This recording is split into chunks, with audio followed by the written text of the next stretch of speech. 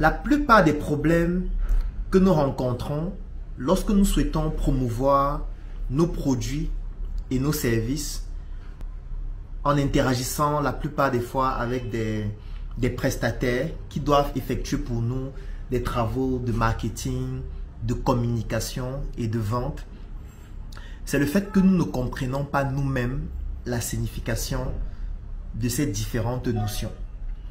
Ça veut dire qu'aujourd'hui, il y a très peu de personnes qui arrivent à cerner la nuance et surtout l'ensemble des différences qu'il y a par exemple entre le marketing et la vente.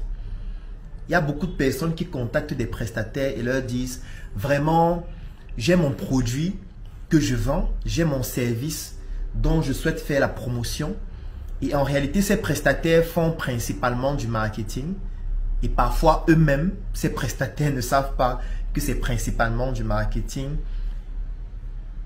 qui est le cœur de leur activité. Et lorsque le client vient donc présenter ses produits et ses services au niveau du prestataire, le prestataire lui dit non, c'est rien. Ça, je vais faire en sorte que tes ventes explosent. Et qu'est-ce qui se passe au quotidien?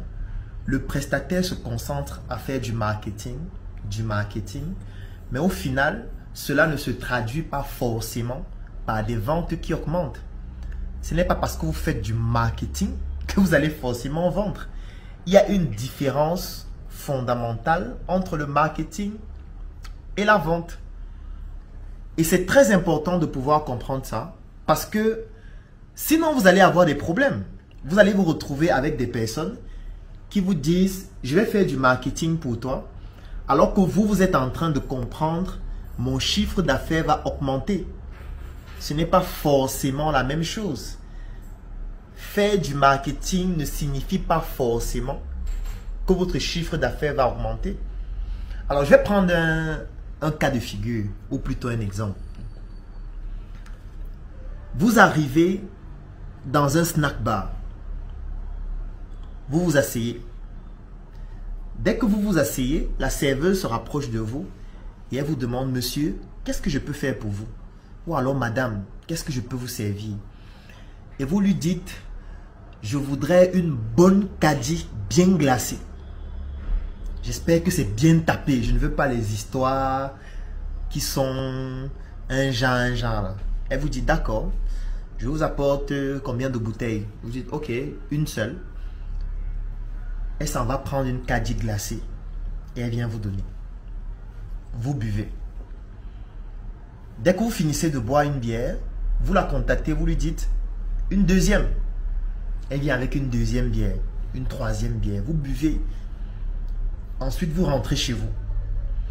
Vous avez été tellement, ou alors plutôt, vous avez été tellement marqué par son service, par son sourire, par sa manière d'interagir avec vous, que le lendemain, vous revenez dans le même snack bar et vous demandez une autre caddie.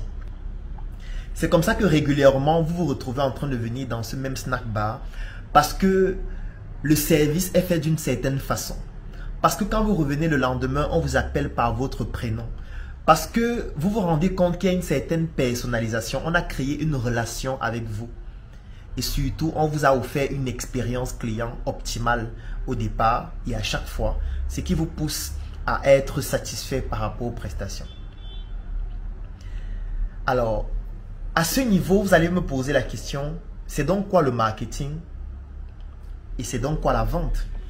En réalité, le marketing, c'est produit en amont.